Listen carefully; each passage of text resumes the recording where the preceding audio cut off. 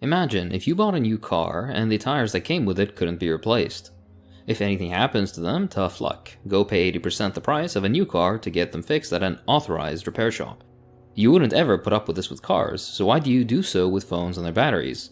Have you ever noticed that most printers you buy are both dirt cheap and absolute garbage, but the ink is ridiculously expensive? Well, that's an intentional strategy. Hook you in with a cheap printer only for you to be tied to insane cartridge prices, with the printer giving you intentionally wrong readings on your ink levels, forcing you to go out and get more when you don't really need more. Don't even think about refilling or, God forbid, third-party cartridges. It's such a wasteful strategy that some people simply buy a whole other printer instead because it could turn out to be cheaper. Why is it this way? Let me illustrate with a telling example. In the 1920s, the Phoebus Cartel, a collection of all major light bulb producers, got together to agree on reducing the effective lifetime of their light bulbs to 1,000 hours, down from 2,500 hours that was standard at the time, while increasing the price without fear of competition. This is an effective reduction of more than half, and they got away with it too. Nylon, which could pull trucks out of ditches for military purposes, was intentionally structurally weakened in manufacture of clothing so that you buy more once said clothing inevitably rips. This leads to the question, why does it seem like things break more often now? We've all had or seen old appliances, electronics or otherwise, that have lasted many years, in some instances even decades. So what changed? Planned obsolescence, a policy of producing consumer goods that rapidly become obsolete and so require replacing, achieved by frequent change in design, termination of the supply of spare parts, and the use of non-durable materials. We've all heard of the concept before, it's tired at this point. Intentionally making things that break more often, artificially slowing them down or reducing their usability through software updates, or vicious marketing aimed at psychologically engineering an unfashionable image around a still working product. As a result, this reduces the time in between repeat purchases of said product, generating a larger volume of sales in the long term. This is referred to as shortening the replacement cycle in business speak. What this means for you in concrete terms is stuff breaks down or becomes less and less usable, forcing you to spend more money and increase waste. To quote Vance Packard, the famous critic of consumerism, in essence, it is the systematic attempt of business to make us wasteful, debt-ridden, permanently discontented individuals. How exactly is this done, though? Let's name a few strategies. Repair locking, an Apple favorite, of course.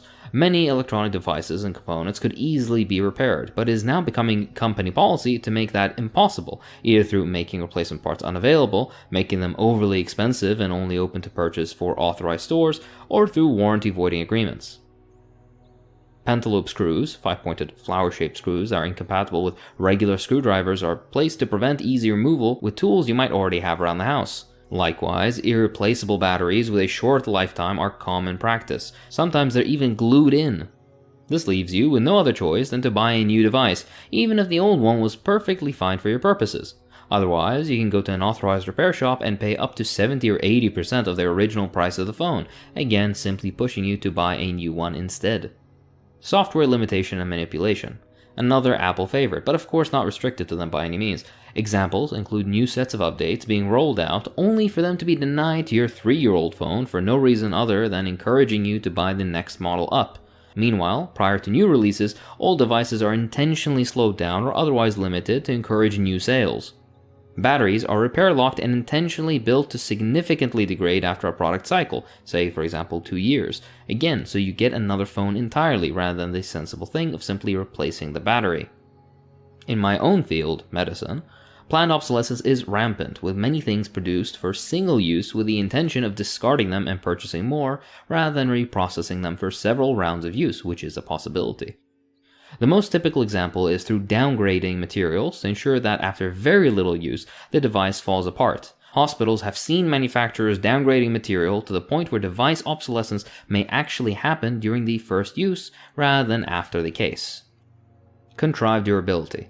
An extension of the above, it's when there is a conscious strategy before manufacture of shortening the lifetime of a product by reducing the lifetime, usually the durability, of its subcomponents. As a result, the product deteriorates far more quickly due to fragile or lower quality parts and hence encourages more replacement purchases. This is especially insidious as it is difficult to detect and be able to follow through on legally, hence making legislation against it basically impossible.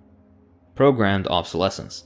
The easiest to detect of the bunch and fairly common with, for example, printers. Inkjet printer manufacturers place chips in their ink cartridges to prevent them from being used after a certain number of pages are printed or certain amount of time has passed, even though the cartridge itself has up to 50% usable ink left. Canon was even sued over a printer/scanner model that disabled the scanning function till new ink cartridges were installed.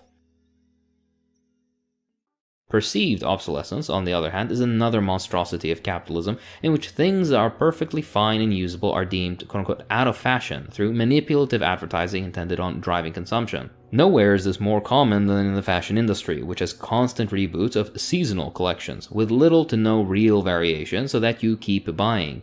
Constant aesthetic switching, in which one style goes out for a new one to come in only for the original to come back again, is dogma in the fashion industry. This of course doesn't skip playing on every real or advertising driven manufactured insecurity in people so that they again consume. To quote Brooks Stevens, the one who popularized the term, planned obsolescence is instilling in the buyer the desire to own something a little newer, a little better, a little sooner than is necessary. All these lead to ridiculous overburdening of recycling capabilities if they even exist in the first place, and in turn mostly ends up as environmental waste, and that's not even mentioning the environmental damage from the production process in the first place.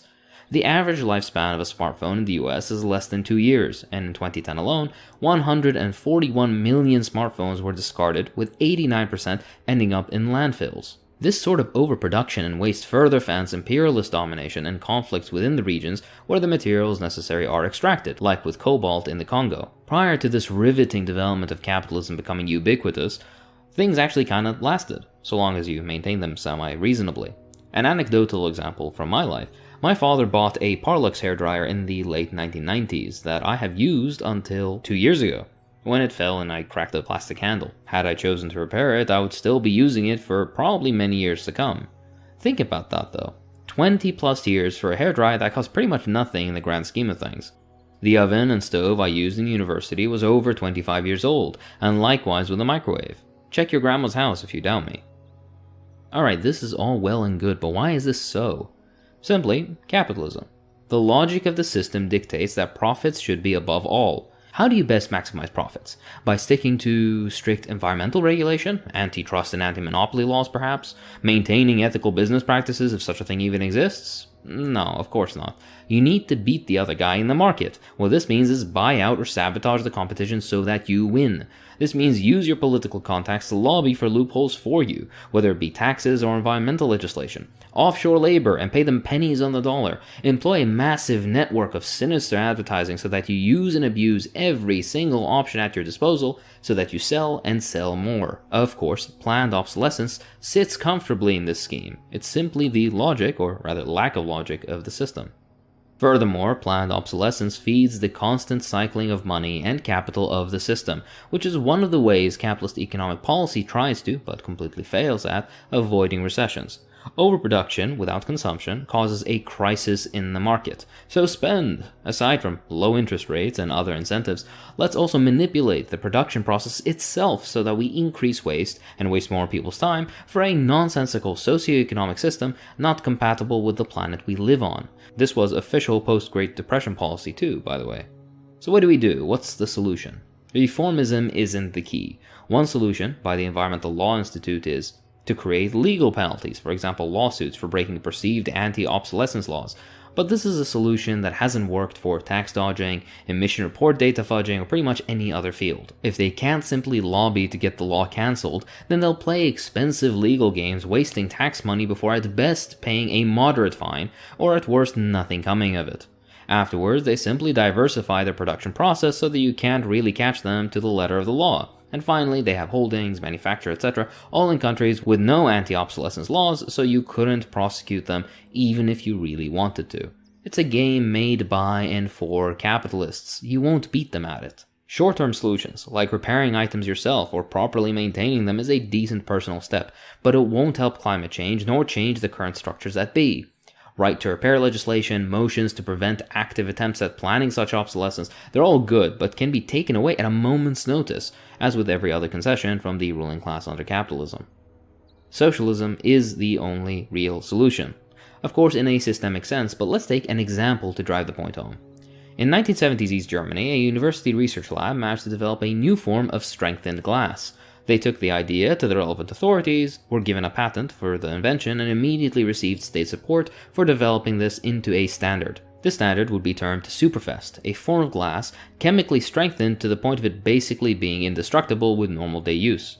They aimed for it to be 5 times as durable, but ended up making it 15 times as durable as regular glass, all with increased heat resistance, lower weight, and increased stackability. After the fall of the Berlin Wall and merging of the two Germanies, the West German government immediately shut down all plants and ceased production of the glass, with a West German businessman stating, "Why should we take a glass that doesn't break? We make money with our glasses. Who saws off the branch on which they are sitting?"